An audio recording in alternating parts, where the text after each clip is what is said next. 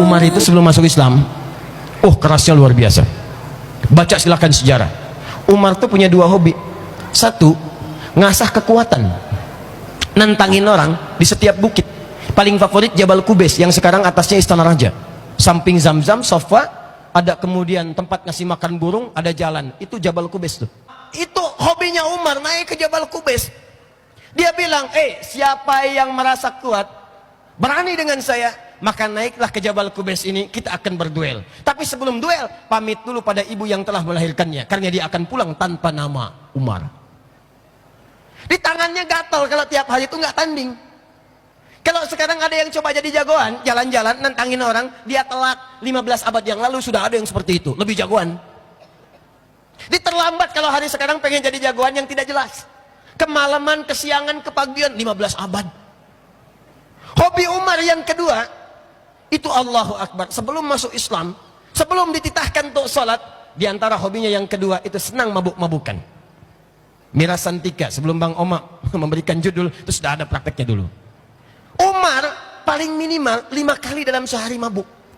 Paling minimal 5 kali.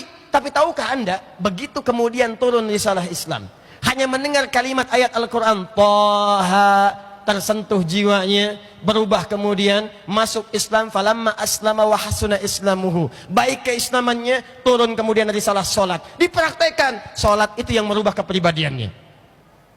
Yang tadinya kerasnya berubah menjadi tegas pada setiap kemungkaran, tapi sangat lembut dalam setiap kebaikan. Bahkan ketika diangkat jadi khalifah, maka beliau termasuk orang pertama yang dicatat dalam sejarah pernah senang belusukan dalam setiap kesempatan makan mendatangi rakyatnya.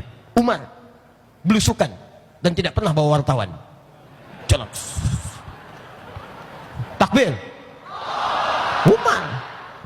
Jadi kalau mau ditiru, bagus Pak Bupati belusukan. Umar boleh, dan gak usah mengenalkan diri, saya bupati. Tidak, Umar. Khalifah lewat, seorang ibu sedang kesulitan, anaknya kelaparan, ibunya pura-pura masak karena tidak ada makanan, batu digoreng, minyaknya apa, tanah, goreng-goreng pakai syair. Syairnya dia katakan, duhai khalifah, senang-senangan di istana, makan enak, rakyatnya kelaparan, duhai khalifah, duhai khalifah. Kedengaran sama Umar. Allahu Akbar, dikejar oleh Umar, dilihat. Begitu kelihatan, ajudannya tergopoh-gopoh. Allah, saya yang dihisab, bukan ajudan saya. Pergi ke Baitul Mal, bawa gandum. Kemudian gandumnya dibawa, kemudian dipikul oleh pundaknya sendiri. Ajudan ingin membawa, kata Umar, jangan, saya yang dihisab, bukan kamu. Kalaupun ada kaki anak kambing di Irak yang kemudian terpleset, maka saya yang dihisab, bukan yang lain. Dibawa gandumnya, datang ke tempat itu, dimasakkan langsung di depan ibunya.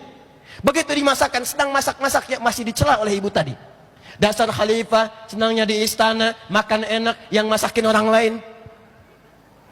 Dan Umar gak pernah bilang, Bu, saya khalifahnya. Tidak.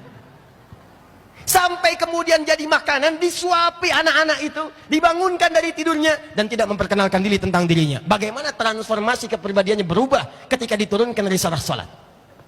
Berubah pasca Nabi wafat, luar biasa. Dan tahukah anda, ayat mirasantika, terutama minuman keras dan khamar. Khamar itu kullu ma yakhmurul aqla, sesuatu yang merusak kepada akal. Makanya kalimat Qur'annya nggak spesifik ke minuman. Narkotika itu khamar, sabu itu khamar, segala yang bikin mabuk itu khamar. Makanya kalau sekarang ada yang nyabu, ada yang sekarang terlibat narkoba, ada yang sekarang ikutan mirasantika, dia orang yang telat. Dulu sudah ada, dan orang dulu tobat.